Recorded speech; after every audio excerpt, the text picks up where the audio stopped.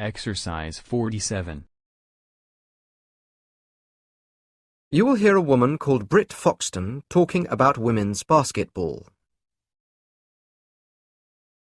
Hi, my name's Britt Foxton, and I'm the founder of a website devoted to women's basketball, and I've also just written a book on the same subject.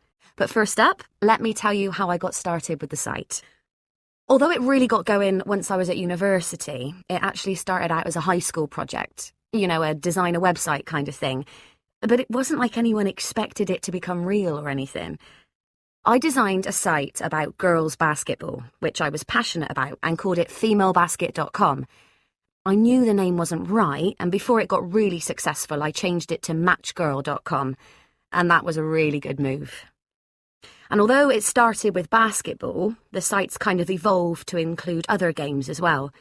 It features a variety of articles, reviews, and editorials on everything ranging from basketball to computer games, plus a smattering of more traditionally girly material as well. But the coverage of team sports is at the heart of it. Anything about makeup or fashion is just peripheral. Then there's my book. That was a quite different sort of challenge. It's on the subject of girls' basketball, and overall took about 3 months to do. I knew I wanted to write it late last year and started to loosely plan it out in January of this year. It wasn't until May that I had enough time to get down to doing everything I'd envisioned, but it was all done by the end of July.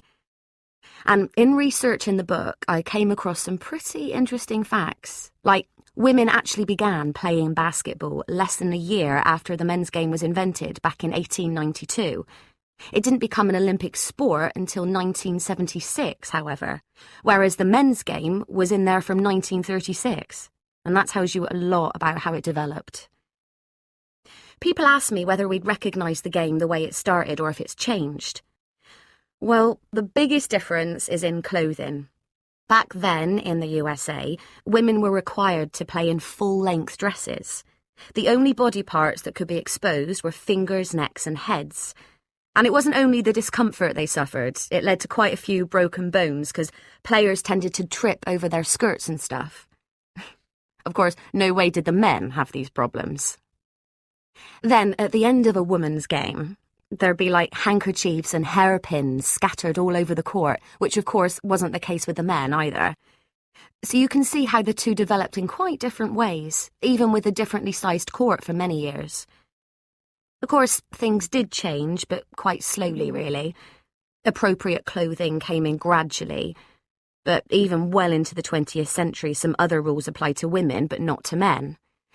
Not so much the equipment, but silly things like chewing gum was specifically prohibited in the women's game because it was considered unfeminine, not because it was dangerous or anything.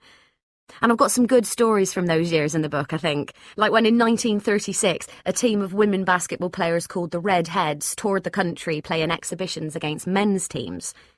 Strange thing was, though, these girls not only had to wear the same clothes, they all had to have red hair.